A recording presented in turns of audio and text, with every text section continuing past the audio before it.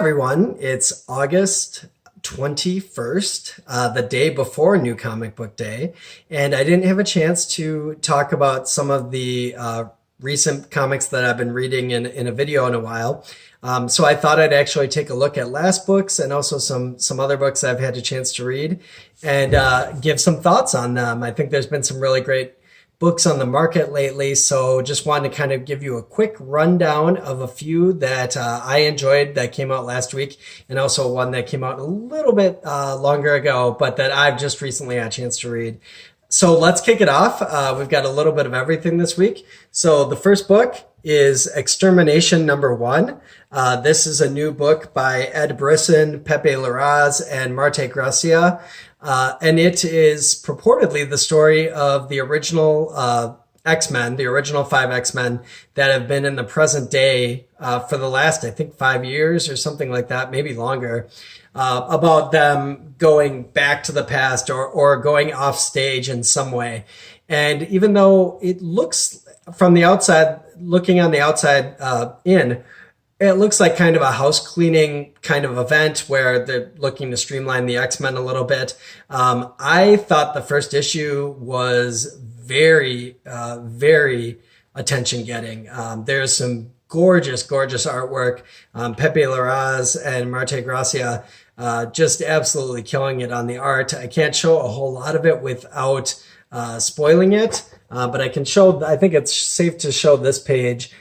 So you get a really good sense of the original X-Men there. Really dynamic action. There's another great page in here where you see Ahab, an X-Men villain that hasn't shown up in a while, making an appearance, and everything is just really gorgeous to look at. I've really enjoyed watching Pepe Larraz's style evolve over the course of the last several years. From a plot standpoint, Ed Brisson also does a really good job. This book moves at a breakneck pace. I think many people have read miniseries where it seems like the story doesn't really get going until the 3rd issue or the 4th issue, and Ed just gets things going with a bang right here. There's a development towards the end that I'm a little worried about, involving one of my favorite characters, but I'm going to give the team the benefit of the doubt to see how that all works out. So if you're an X-Men fan from long ago or from recent, I would definitely recommend giving Extermination a chance. I'm really curious to see where that one goes. Next up, from DC, it's Brian Michael Bendis and Michael Gaydos, the creators of Jessica Jones, on a new series called Pearl. This is part of the Jinx World line, which is essentially going to be Brian Michael Bendis' line of creator-owned comics that will go through DC. This book is gorgeous. It is gorgeous. It's setting up a lot, but I mean, you can just sort of get a little bit of a sense here from this page that really stood out to me in terms of what this book looks like. There's Michael Gaydos is kind of doing a few different things with style there, but it's just an immensely readable book. It is so, I know I'm repeating myself here, but it is so gorgeous. It just looks great. And as far as the story goes, I'll just give like a little bit of a hint here. It involves tattoos. It involves the Yakuza. It involves assassins. I'm not entirely sure what's going on, but I'm definitely intrigued enough that I want to try out the next issue. And again, I got a hit on it. The art looks great. So Pearl from Jinx World, check it out. All right, moving on. Also from DC, we've got Batman 53. I picked up this really cool variant cover. It's kind of reflecting a little bit here, but you get a sense Batman just sort of looking over the city of Gotham. Very cool story. This is the conclusion. You'll recall in a few videos ago, I talked about the story of Batman being on jury duty in a case involving, or Bruce Wayne being on jury duty in a case involving Batman and Mr. Freeze. Really good stuff here. This is the conclusion of that story. And it gets really deep. That's one of the things that I love about Tom King's run, is that he loves sort of taking this idea of Batman. He's indestructible. He's sort of the ultimate superhero. Nothing can stop him. And he loves stripping that away to show just how human and how fallible Batman and Bruce Wayne can be.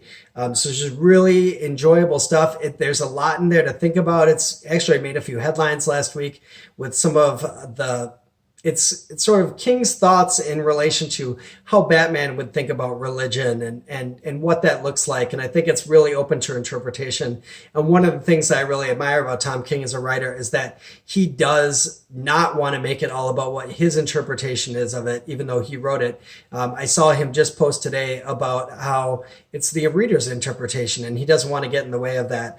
And I would be remiss if I did not mention the absolutely incredible art by Lee Weeks and Elizabeth Breitweiser. So that just gives you a little bit of sense. Batman's villains looking incredible. Batman flying through the night. There is just a lot to look at here, a lot to digest.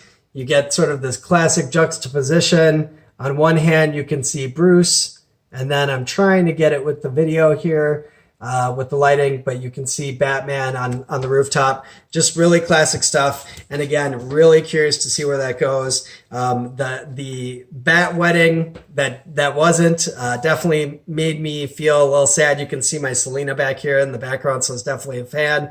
But I am willing to give this story the benefit of the doubt and keep following King along to see where this heads, especially when they keep supplying him with, where they keep pairing him with just phenomenal artists. So next up, to switch things up completely, we'll look at Tony Stark Iron Man #3. I talked about this book a few videos ago, but there's just some really, really fun work being done by Dan Slott, Valerio Schiti, and Edgar Delgado.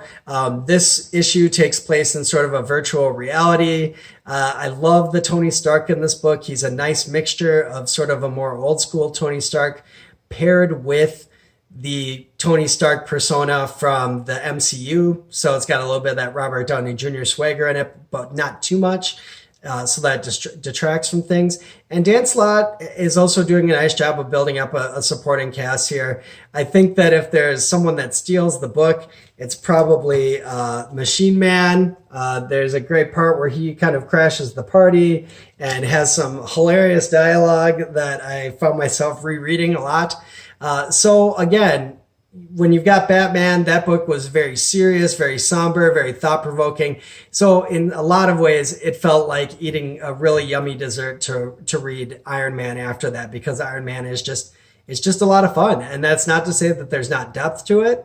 I think there is, and I think that Dan Slott is really starting to scratch at underneath the surface there to see more of a bigger story that's going on. But right now, it's just a fun read. And right now, and with that book, that's what I want from it. So it's been such a pleasant surprise since the book restarted a few issues ago. And that finally leaves us with my book of the week. And this didn't come out this week. I'm a little bit behind, but Amazing Spider-Man #3. And if you're like me, it's got just a great Ryan Otley cover that grabs your attention, because Spider-Man and Peter Parker are both on the cover facing each other.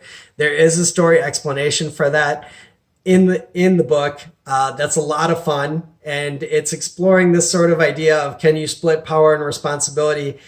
Really good stuff. Nick Lowe is the writer on it, and I don't remember laughing this hard at a Spider-Man comic in a long time.